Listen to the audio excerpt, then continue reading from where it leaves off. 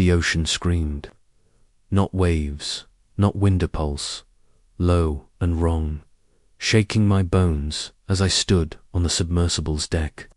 "It's not human," Dr. Saha whispered, her eyes locked on the sonar's glowing shape below. A ship, older than Earth itself, was waking up, and it knew we were here. "I'm Dr. Alias Kane, marine xenorchaeologist, though that title feels like a lie now. 3 days ago, I was just a guy with a PhD, a failing marriage, and a knack for finding dead things in the deep.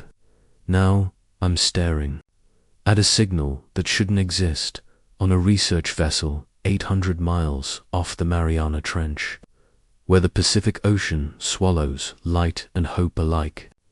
The setting isn't some glittering Dyson sphere or a rogue star's halo, it's worse. It's Earth's own abyss, a place we thought we knew, now hiding a secret that could end us." The sonar pinged again, a low thrum that made my teeth ache. The shape on the screen was massive, a jagged crescent 3 kilometers long, buried under sediment older than the dinosaurs. It wasn't a shipwreck. It wasn't human. It was something else, something that had been waiting since before our species learned to walk. We called it the anomaly. Our team was small. Me, Dr. Naya Saha, our neurobiologist with a chip on her shoulder, Captain Reza, a grizzled ex-Navy man who trusted machines over people, and Lin, our AI specialist, who hadn't slept since the first signal hit.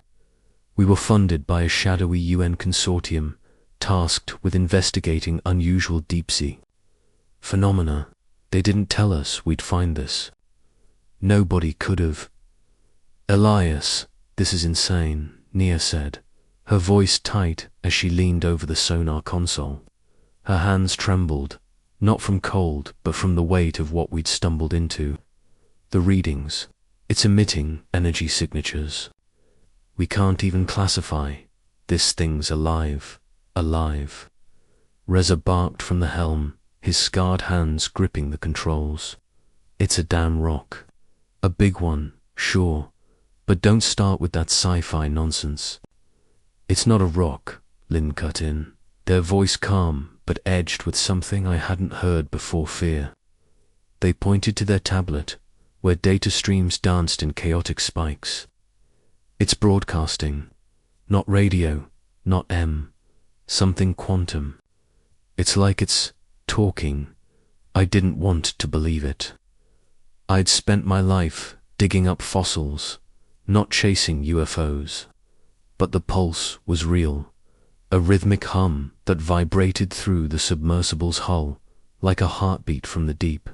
It wasn't just the anomalies, size, or age that scared MIT, was the feeling that it was watching us, waiting for us to make a move. We weren't supposed to be here. Humanity wasn't supposed to be here. By 2025, we were already on our knees. Climate collapse had drowned coastlines, wars over the last scraps of arable land had killed millions, and the global population was down to 4 billion. The UN was a husk, governments were puppets for corporations, and people like me were just trying to survive another funding cycle. Finding an alien ship wasn't a triumph, it was a death sentence. If this got out, every desperate nation, every rogue faction, would tear the world apart to claim it. And if it was hostile, well, we were just a speck in the ocean, easy to erase. I glanced at Nia.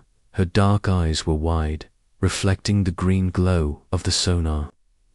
She'd lost her brother in the Jakarta floods last year, a fact she never mentioned but carried in every sharp word she spoke.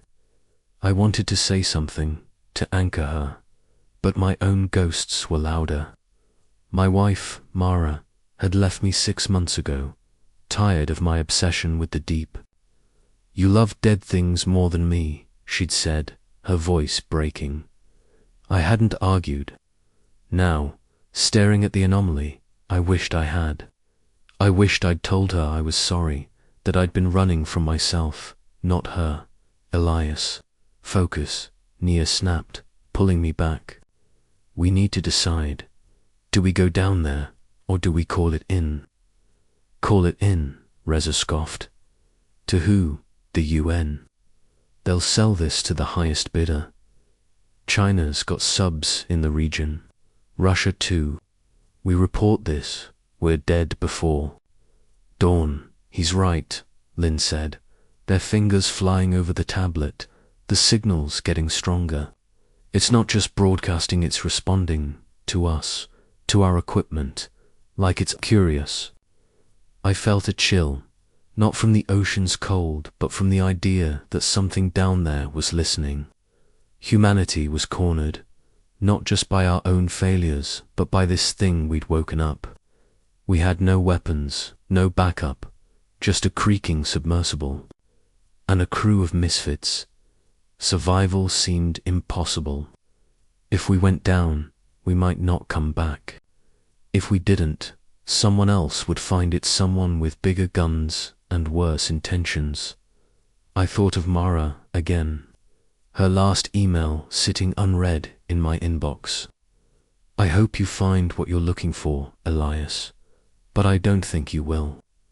Her words stung because she was right. I'd spent my life chasing answers in the dark, hoping to prove something to her, to myself, to the world. Now, the answer was here, and it terrified me. We go down, I said finally, my voice steadier than I felt. We need to know what it is before anyone else does. Nia nodded, her jaw tight. Reza cursed under his breath, but started prepping the submersible. Lynn didn't look up, their eyes locked on the data, as if it held the key to everything. The descent was slow, the ocean pressing against the hull like a living thing. At 10,000 meters, the darkness was absolute, broken only by our floodlights catching glints of sediment and the occasional ghost of a deep-sea creature. The pulse grew louder, a rhythm that synced with my heartbeat, or maybe it was the other. Way around, the anomaly loomed closer on the sonar, its shape sharpening a crescent of jagged spires, like a crown for a dead god. At 12,000 meters, we saw it, not on screens, but through the viewport. It wasn't buried, was embedded, half fused into the ocean floor, its surface a dull, opalescent black that seemed to drink the light. It wasn't metal, not stone, but something else, something. That made my skin crawl. The pulse was deafening now, a language we couldn't understand but felt in our bones. Elias, Nia whispered, her voice barely audible over the hum. What have we done? I didn't answer. I couldn't, because as we hovered above the anomaly, a new sound joined the pulsar, low, grinding groan like the earth itself was waking up. Lights flickered along the ship's surface, not random, but deliberate, forming patterns that burned into my retinas. It wasn't just alive, it was aware, and it was calling us closer. Humanity was failing, fractured, dying. We'd come here looking for answers, but all I could feel was dread. This wasn't a discovery, it was a trap, and we'd walked right into it. The submersible lurched, a sudden jolt that threw me against the console. Alarms blared, red lights, strobing across the cabin. Pressure spike, Reza shouted, wrestling with the controls. Something's pulling us in. Lynn's tablet flickered, data streams collapsing into static. It's not mechanical, they said, voice shaking. It's rewriting our systems. It's inside our code. Nia grabbed my arm, her nails digging into my skin.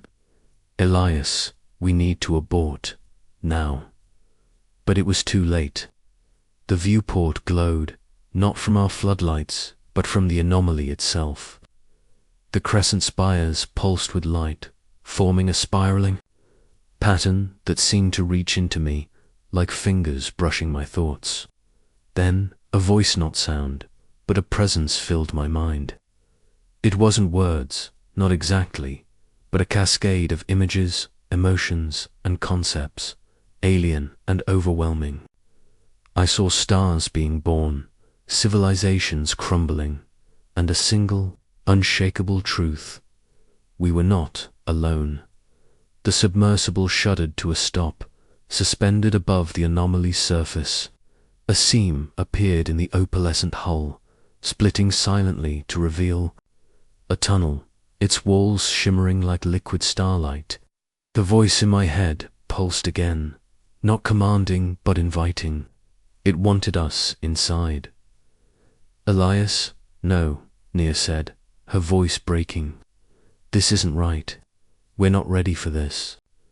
We don't have a choice, I said, my own voice sounding foreign. It's not letting us go. Reza cursed, slamming a fist against the console. Fine, but if we're doing this, we do it armed. He pulled a flare gun from the emergency kit, his eyes hard. I don't trust anything that messes with my ship. Lynn was silent, their eyes locked on the tunnel.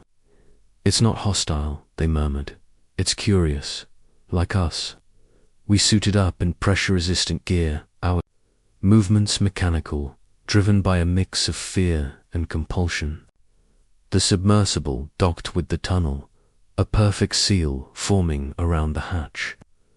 As we stepped inside, the air felt wrong to clean, to still, like walking into a memory. The walls pulsed faintly, guiding us deeper. The tunnel opened into a vast chamber, its ceiling lost in a haze of light. At its center stood a structural lattice of crystalline threads, woven into a shape that hurt to look at, like a geometry my brain couldn't pass. From it came the presence, stronger now, and with it, a new sensation, judgment. They called themselves the Weave, a collective consciousness, a network of minds spanning galaxies. Their thoughts brushed against mine, cold and precise, like a machine made of light. They weren't AI, not organic, but something else, a fusion of thought and energy, eternal and unchanging. They'd watched Earth for eons, not out of malice but indifference, cataloging us like we catalogued bacteria. You are unexpected, the Weave's voice said, not in my ears but in my skull. It wasn't one voice but millions, layered and harmonious. Your kind was meant to fade, yet you persist. I glanced at Naya, her face pale behind her visor. Reza gripped the flare gun, his knuckles white. Lynn stood transfixed, their eyes wide, as if they could see the Weave's thoughts. Why are you here? I asked, my voice echoing in the chamber. What do you want?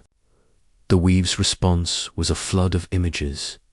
Earth's oceans boiling, cities reduced to ash, humanity's wars and failures laid bare. You are chaos, it said. You build, you destroy, you feel, you are inefficient. We sought to understand. We waited. Now you have come. Nia stepped forward, her voice steady despite the fear in her eyes. You're judging us, but you don't know us. You see our wars, our mistakes, but you don't see our strength. The Weave pulsed, its lattice, shifting like a living thing. Strength, you are fragile. Your minds are fractured, your body's weak. You cling to emotions, love, pain, fear. These are flaws.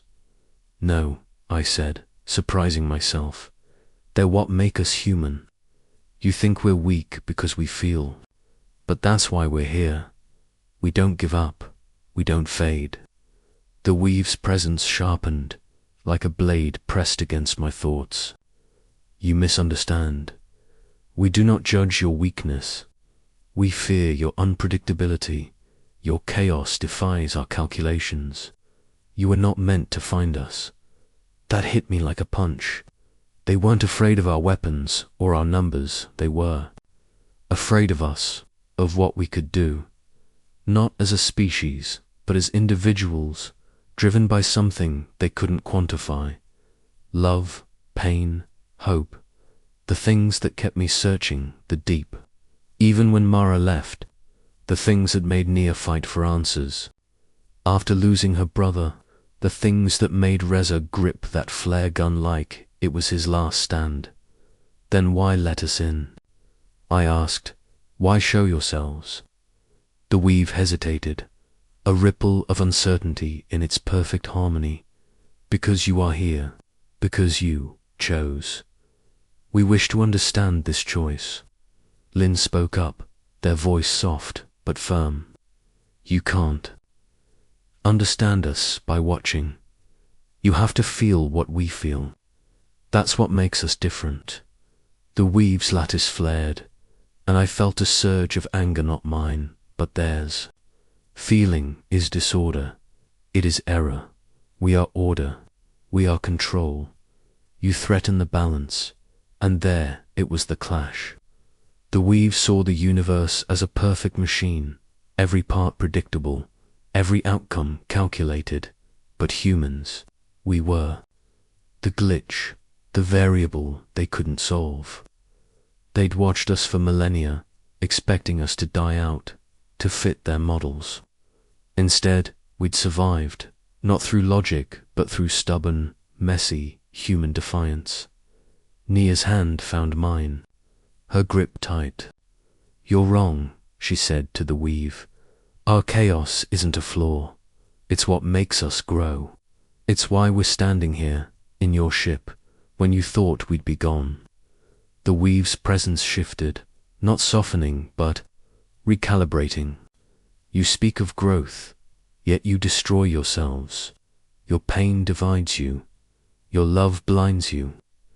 Maybe, I said, thinking of Mara, of the email I'd never answered. But it's also what keeps us going. You're eternal, but you're static.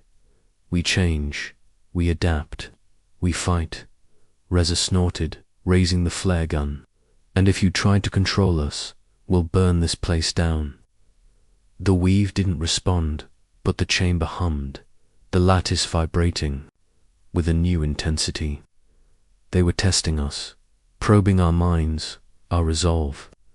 They saw our chaos as a threat, but they didn't understand it. They couldn't predict what we'd do next, not because we were stronger, but because we were human. And that's when I realized our strength wasn't in our technology or our numbers. It was in our pain, our love, our refusal to give up. The weave could calculate 1,000,000 futures, but they'd never seen one where we'd walk into their ship, look them in the face, and say, we're not done yet. The weave's lattice pulsed, a rhythm that felt like it was trying to sync with my heartbeat. Then, without warning, the chamber walls dissolved. Not physically, our suits still registered pressure and oxygen, but visually, replaced by a void filled with stars. No, not stars. Minds, billions of them, connected in a shimmering web that stretched beyond comprehension. The weave wasn't just a collective, it was a galaxy-spanning archive, a living record of every species it had ever encountered, and we were in it. You were not the first, the weave said, its voice sharper now, cutting through my thoughts. You are not unique, you are echoes. Images flooded my mind, not random but curated, a history I didn't want to see, human-like. Figures scattered across distant worlds, some with scales, some with glowing eyes, some barely more than shadows. They built cities, fought wars, loved and died just like us. But they weren't us. They were older, their bones buried in the crust of planets we'd never reach. The weave showed us their rise and fall, each one a variation on a theme. Humanity seeded across the cosmos. Not by chance, but by design. You were created, the weave said. An experiment, a test of chaos against order. We planted your kind on 1,000 worlds to see if your unpredictability could endure. Most failed. They burned. They faded. You were meant to fail too. I staggered, the weight of it crushing. Nia's grip on my hand tightened, her breath hitching. You're saying we're not natural, that you made us, not us, that we've corrected. The precursors, our creators. They sought to understand chaos, to harness it. They seeded your kind, gave you freedom to grow, to fight, to feel. But you were flawed, too volatile, too human. Reza laughed, a harsh, bitter sound. So we're lab rats. And you're what? The janitors cleaning up the mess. The weave's lattice flared, a flash of irritation. We are the keepers. The precursors are gone, their purpose lost. We maintain their work, observe, record. You were an anomaly, a variable that defied prediction. Your world was meant to be a footnote, yet you found us. Lynn stepped forward, their eyes blazing. If we were an experiment, why hide? Why bury your ship here, in our ocean? The weave paused, and in that silence, I felt it a crack in their certainty. Because you were not meant to know. Your kind was designed to evolve in isolation. To find us is to disrupt the experiment, to awaken what lies dormant within you. Dormant? I asked, my voice hoarse. The images in my mind shifted, no longer showing alien worlds, but something closer, something inside us. A spark, buried in our DNA, a fragment of something ancient and vast. It wasn't technology or magic, it was memory. A genetic archive, encoded in every human, waiting for a trigger. And we'd just tripped it. You carry their legacy, the weave said, almost reluctantly. The precursor's final gift, a fragment of their consciousness, embedded in your kind. It was meant to remain silent, to let you live and die as you were. But you are here. You have activated it. Nia's eyes widened. You're saying, there's something inside us. Something waking up. Yes, the weave said, and it terrifies us.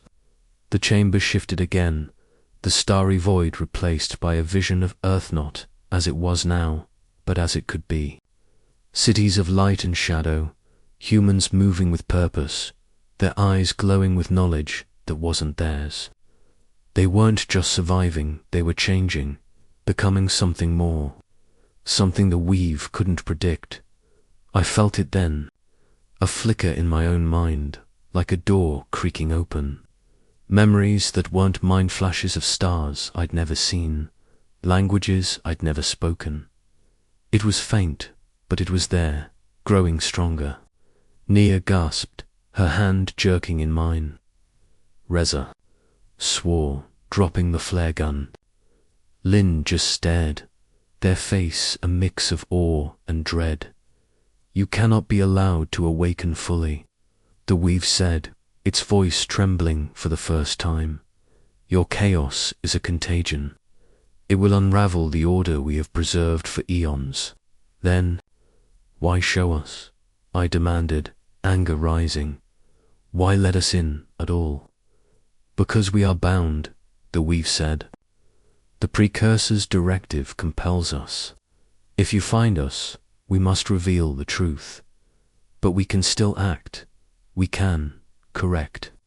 The lattice surged, its light blinding. Pain shot through my skull, not physical but existential, like my thoughts were being rewritten. Nia screamed, collapsing to her knees. Reza roared, lunging for the flare gun, but it was useless. The weave wasn't fighting us with weapons, it was fighting us with truth, with the weight of what we were. We weren't just humanity. We were the precursor's last gamble, a seed of chaos meant to outlive their order. And now that seed was sprouting, not just in us, but in every human on Earth. The weave feared us because we weren't just a failed experiment, we were the one that worked. And that scared them more than anything. The pain in my skull faded, but the weight of the weave's words didn't. The chamber's light dimmed, the lattice retracting like a predator coiling to strike. I helped Naya to her feet, her breathing ragged, her eyes wild with something new, something I felt too. The flicker in my mind was growing, a chorus of voices that weren't mine, whispering strategies, histories, and warnings from a time before Earth. The precursor's legacy wasn't just memory, it was power, and it was waking up. You will not leave, the weave said, its voice a cold decree. Your awakening threatens the balance. Others will come. They will decide your fate. Others? I asked, my voice steady despite the fear clawing at my chest. Who? The lattice pulsed, and the chamber walls shifted again, revealing a vision of the cosmos, a network of stars linked by threads of light. But these weren't just stars. They were nodes, each one a civilization, a collective like the weave, bound by the same ancient directive. Some glowed with cold precision, others flickered with restrained chaos. The weave wasn't alone. It was one of many, a council of galactic keepers, and they'd been watching us, judging us, since the precursors vanished. They are the Concord, the weave said, the stewards of order. They will see your chaos as a plague. Some will seek to erase you. Others will seek to bind you, to harness your potential. Nia's jaw tightened. You're saying we're a threat to your perfect little universe. You are a disruption, the weave replied. Your kind was meant to be contained. Your awakening breaks the design. Reza laughed, a raw, defiant sound. Good, let's break it some more. But the weave wasn't listening. The chamber hummed, a deep vibration that shook the floor. The lattice flared, and I felt a new presence, not the weave, but something colder, sharper, like a scalpel in my mind. The Concord was coming. Not physically, not yet, but their attention was turning toward Earth, toward us. I saw flashes of their intent. One faction, a crystalline entity called the Shard, wanted to wipe us out, to purge the anomaly before it spread. Another, a fluidic collective called the Tide, wanted to absorb us, to reshape our chaos into their vision of order. We need to get out, I said, my voice urgent. Now. Lin shook their head, their eyes distant, as if they were seeing something we couldn't. It's not just about us anymore. The signal, it's not confined to this ship. It's broadcasting to Earth, to everyone. What? Nia's voice cracked. You're saying this. Awakening is happening everywhere. Lin nodded, their hands trembling as they clutched their tablet, now useless. The weave signal is resonating with human DNA. The precursor's legacies, not just in us, it's in every human. They're waking up, too. I felt it then, stronger than before, flood of memories. Not just mine, but humanity's, a collective weight of pain, love, and defiance. It was like the entire species was remembering who we were meant to be, but with it came chaos. I saw flashes of cities on the surface, riots, people collapsing, screaming, their minds overwhelmed by visions they couldn't understand. The awakening wasn't a gift. It was a storm. The chamber shook, the lattice pulsing faster. You see, the weave said, your chaos spreads. It must be stopped. No, I said, stepping forward, the voices in my head giving me strength. You don't get to decide that. You don't get to control us. But the weave wasn't alone anymore. The air shimmered, and new forms appeared, projections, not physical, but real enough to make my skin crawl. The shard, a jagged lattice of light, radiated cold intent. The tide, a swirling mass of liquid energy, pulsed with curiosity and hunger. They didn't speak, but their presence was a verdict. Humanity was a mistake, and they were here to fix it. Internal tension erupted. Reza spun on Lin, his face twisted with anger. You knew, didn't you? You knew this was happening, and you didn't say anything. I didn't know, Lin shouted back, their voice breaking. I saw the data, but I didn't understand it until now. I thought we could control it, study it, Reza roared, grabbing Lin by the collar. You've doomed us all. Stop it, Nia snapped, shoving between them. Fighting each other won't help.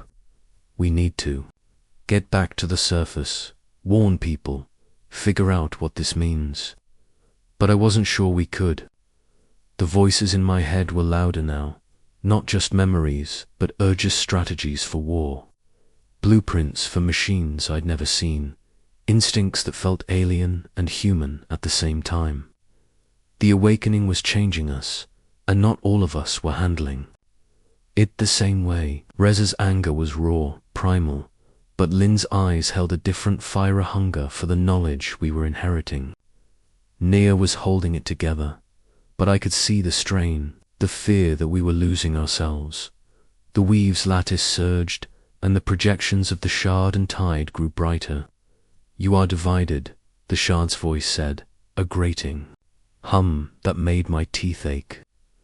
Your chaos will consume you before it consumes us. Then let it, I said, the words spilling out before I could stop them. The voices in my head roared, a chorus of defiance. You're afraid because you can't predict us. You can't control us, and we're not going to let you. The chamber erupted in light, the weave's lattice fracturing as if our words had struck a physical blow. The shard's projection lashed out, a beam of energy that grazed my shoulder, burning through my suit. Pain seared through me, but it only sharpened my focus. Nia grabbed Lin, pulling them behind a crystalline pillar. Reza fired the flare gun, the projectile bursting against the lattice, sending shards of light scattering. We can't fight them like this, Nia shouted, her voice barely audible over the hum. We need to get to the submersible. But the weave wasn't letting us go. The tunnel we'd entered through sealed shut, the walls pulsing with a new rhythm, anger, fear, desperation. The tide's projection flowed toward us, its form shifting, trying to envelop us. I felt its touch in my mind, not pain but a pull, an offer to join them, to become part of their order. It was tempting, for a moment, peace, unity, an end to the chaos. But I thought of Mara, of her email, of the life I'd failed to live. I wasn't ready to give up, Lin, I yelled. Can you disrupt their signal? Anything? Lin's eyes snapped to their tablet, fingers moving despite the chaos. Maybe, if I can reverse the resonance, overload their network, do it.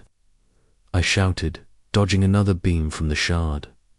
Reza fired another flare, this one hitting the tide's projection, scattering it momentarily.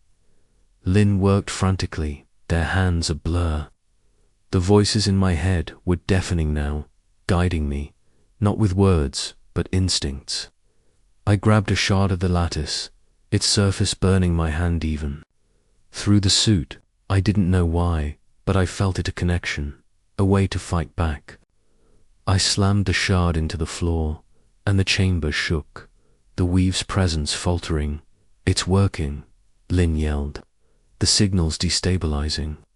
The climactic turning point came not from a battle, but from sacrifice. Nia saw it. Before I did, a node in the lattice, pulsing brighter than the rest, the heart of the weave's connection to the Concord. She didn't hesitate. She ran, dodging beams and tendrils, and threw herself at the node, her suit sparking as she tore into it with her bare hands. "Naya, no!" I screamed, but it was too late. The node exploded in a burst of light, and Naya collapsed, her suit dark. Her body still. The weave's lattice flickered, its voice fracturing into 1,000 discordant screams. The shard and tide vanished, their projections severed. The chamber went silent, the only sound our ragged breathing. Reza fell to his knees beside Naya, checking her pulse. "She's alive," he said, his voice hoarse, barely. Lynn's tablet beeped, the signal stabilizing. "The broadcast is down," they said. "For now, but it's still out there, on Earth. The awakening's spreading." I looked at Nia, her face pale behind her visor, and felt the voices in my head quiet, replaced by a single human emotion: grief. We'd fought the weave, disrupted their plan, but at what cost?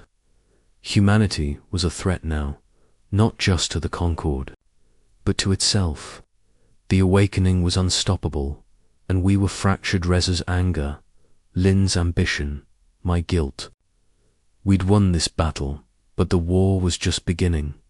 The chamber was dark now. The lattice's glow reduced to a faint flicker. Naya lay motionless, Reza cradling her head, his hands shaking.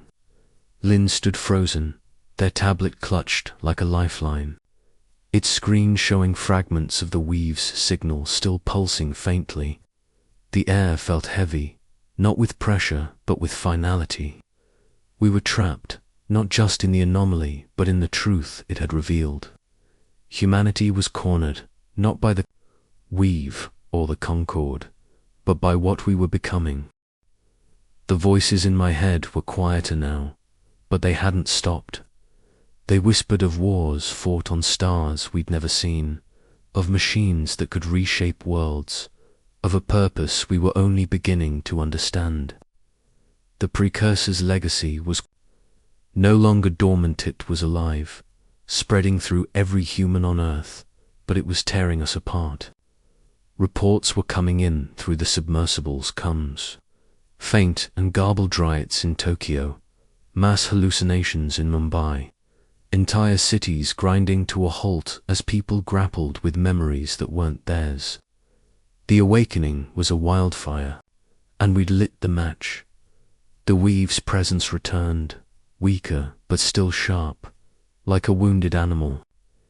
"You have broken the connection," it said, its voice fragmented. "But the Concord will come. They will not forgive. You are a contagion, and they will purge you." "Let them try," Reza growled, his voice raw. He lifted Naya gently, her limp form a stark reminder of what we'd already lost. "We're not done yet," but I wasn't so sure. The submersible was offline, its systems fried by the weave's interference. The tunnel to the surface was sealed, and the chamber was collapsing, cracks spiderwebbing across the crystalline walls. The Concord's presence lingered, not as projections now, but as a distant hum, a promise of retribution. We were trapped, and humanity was fracturing under the weight of its own awakening. Hope was a faint spark, smothered by the reality of our situation. I looked at Naya, her chest rising faintly, and thought of Mara. I'd failed her, failed to be the man she needed, but I wasn't going to fail now, not when the stakes were this high. The voices in my head stirred, offering not just memories, but a plan, a reckless, impossible plan. The precursors had built us to be chaotic, to defy order. Maybe that was our way out. "Lynn," I said, my voice steady despite the chaos in my mind. "Can you access the weave's core? Not just disrupt, it take control." Lynn's eyes widened, their fingers hesitating over the tablet. control it, Ilias. It's not possible. The weave isn't just a machine, it's a mind. Billions of them. Then we'll be louder, I said. The voices surged, guiding my thoughts. The precursors left something in us. Not just memories knowledge. We can use it. We can turn their own system against them. Reza stared at me, his face a mix of doubt and desperation. You're talking about hijacking an alien supercomputer with our brains. That's insane. Maybe, I said, a grim smile tugging at my lips. But we're human. Insane is what we do. Lin nodded slowly, their resolve hardening. I can try. The node Nia destroyed, it weakened their network. There's a chance I can interface with it. Use the resonance in our DNA too. I don't know, override their protocols. Do it, I said. Reza, get Nia to the submersible. If this works, we'll need to move fast. Reza hesitated, then nodded, lifting Nia carefully and heading for the tunnel, which was beginning to crack open under the chamber's collapse. I turned to Lin, the voices in my head roaring now, not with fear but with purpose. They weren't just the precursors. Memories, they were ours, humanity's, distilled into a single, defiant will.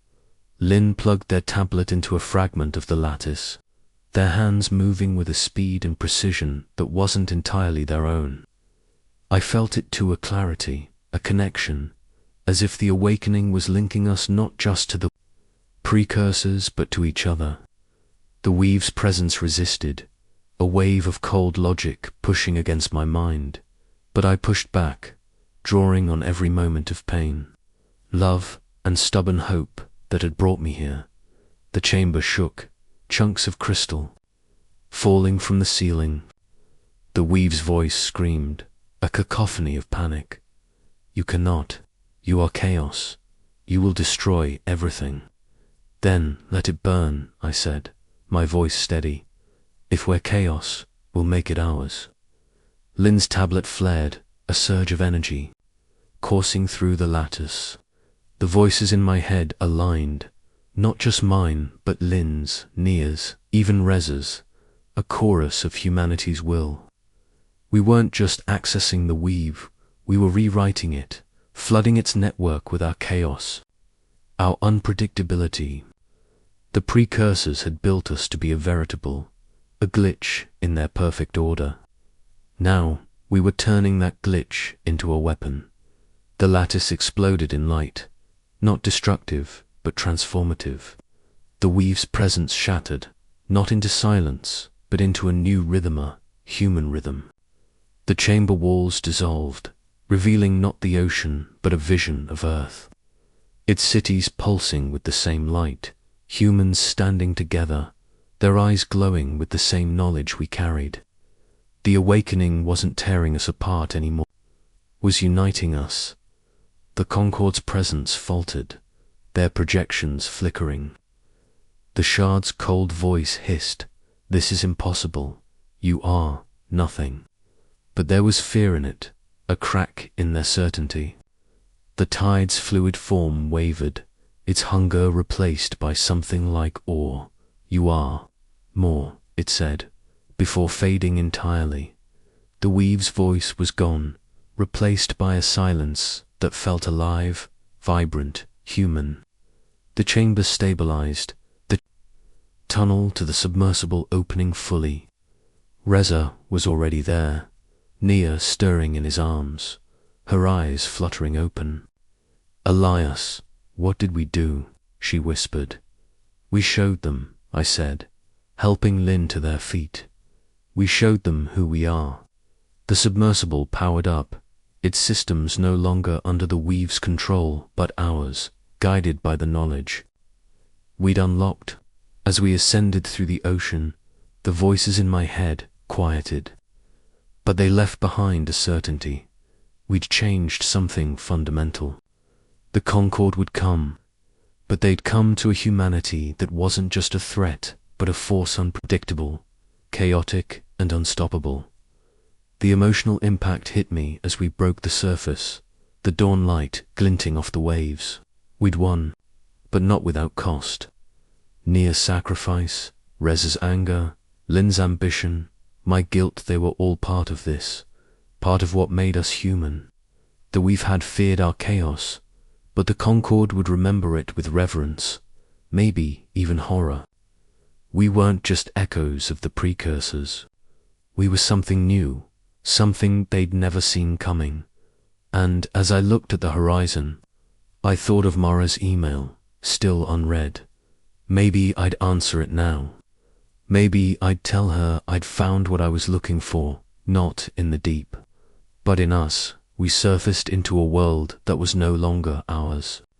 The submersible bobbed on the Pacific's waves, the dawn light casting long shadows across the deck. Nia was conscious, her breathing shallow but steady, her eyes haunted by the weight of what she'd done. Reza stood guard, his flare gun replaced by a salvaged piece of the Weave's lattice, now inert but glowing faintly in his hands. Lin sat cross-legged, their tablet a mess of rewired circuits, still pulling fragments of the Weave's data. I stood at the railing, staring at the horizon. The voices in my head now a soft hum, like a song I'd always known but never heard. We'd survived, but not cleanly. The awakening had spread, a global cascade of precursors' memories flooding human minds. The comms crackled with reports, cities in chaos, governments scrambling, people banding together or tearing each other apart. Some embraced the new knowledge, building machines from blueprints they shouldn't know.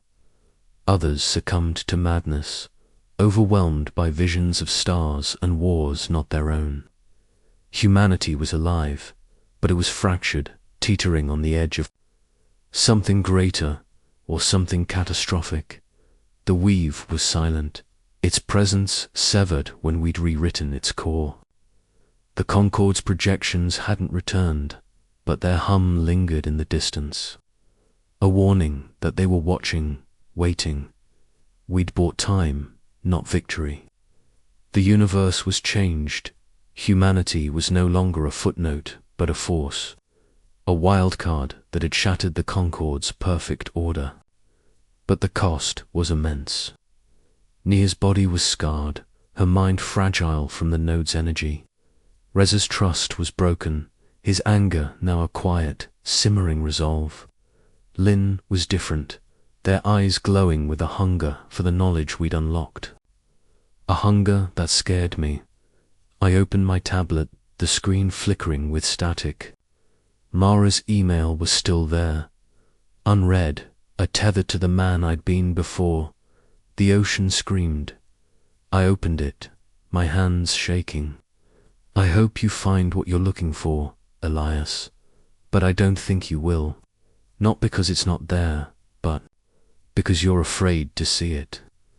Her words hit harder now, after everything. She'd seen me, the real me, long before I'd faced the Weave. I typed a reply, short and raw. I found it, Mara. It's us. I'm sorry. I hit send, knowing it might never reach her in the chaos above. Lin's voice broke the silence. Elias, you need to see this. They held up the tablet, its screen showing a new signal not from the Weave, but from Earth. A pattern, faint but growing, resonating with the same frequency as the awakening. It's not just us, Lin said. It's everyone. The precursor's legacy, it's not just knowledge. It's a choice. A choice, I asked, my voice hoarse. Lin nodded, their eyes distant. To become what they intended, or to reject it. To stay human, or to become something else. That was the final shock, the twist that reframed everything. The precursors hadn't just seeded us with chaos, they'd given us a key, a way to transcend our limits or destroy ourselves trying. The awakening wasn't just memories, it was a doorway, one every human now faced. Some would walk through, becoming something new, something the Concorde feared. Others would fight to stay as they were, clinging to the pain and love that defined us. The universe wasn't just changed, it was open, its future unwritten, and we were the ones holding the pen. The ocean screamed again, not with sound but with silence, a vast, endless pulse that echoed the choice we'd made. We'd found the anomaly, woken the weave, defied the Concorde, but the real scream wasn't the ship's, it was ours, humanity's, a cry of defiance and doubt, of hope and fear. We weren't just echoes of the precursors. We were the scream itself, and the universe would never be the same. The ocean screamed, and humanity answered not with order, but with chaos, defiance, and a spark that reshaped the universe. Inhuman scientists found a spaceship in the ocean. What they discovered inside shocked the world. We witnessed Elias, Nia, Reza, and Lynn confront an alien truth. We are not just a species, but a cosmic experiment, seeded with the potential to disrupt or redefine existence itself. The precursors, legacy hour, unpredictable, messy, human nature became both our weapon and our burden. But what does this mean for us, here, now?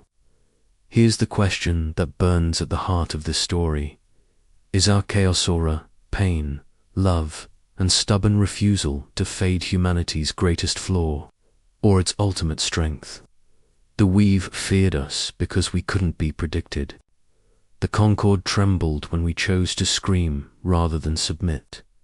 Yet, that same chaos tore cities apart, fractured minds, and left scars on those who fought for us. Elias found his answer in the deep, but what's yours? Think about it. What makes us different from a universe of order, from collectives like the Weave or the Concorde? Is it our ability to love despite loss, like Elias, clinging to Mara's memory? Is it our rage, like Reza's, that drives us to fight when hope is gone? Or is it our curiosity, like Lynn's, that pushes us to unlock truths we might not be ready for? Maybe it's all of it, the beautiful, terrifying mess that makes us human. We want to hear your voice in this cosmic scream. Drop into the comments and share. What is humanity's greatest strength? And how would you face the choice to remain human or become something more? Would you embrace the precursor's legacy, risking everything to transcend, or fight to keep the chaos that defines us? Tell us your story, your reflection, your defiance. Every comment is a spark, a piece of the human wildfire that the universe can't ignore. Don't just read, reflect, engage, scream with us. Let's show the stars what humanity is made of.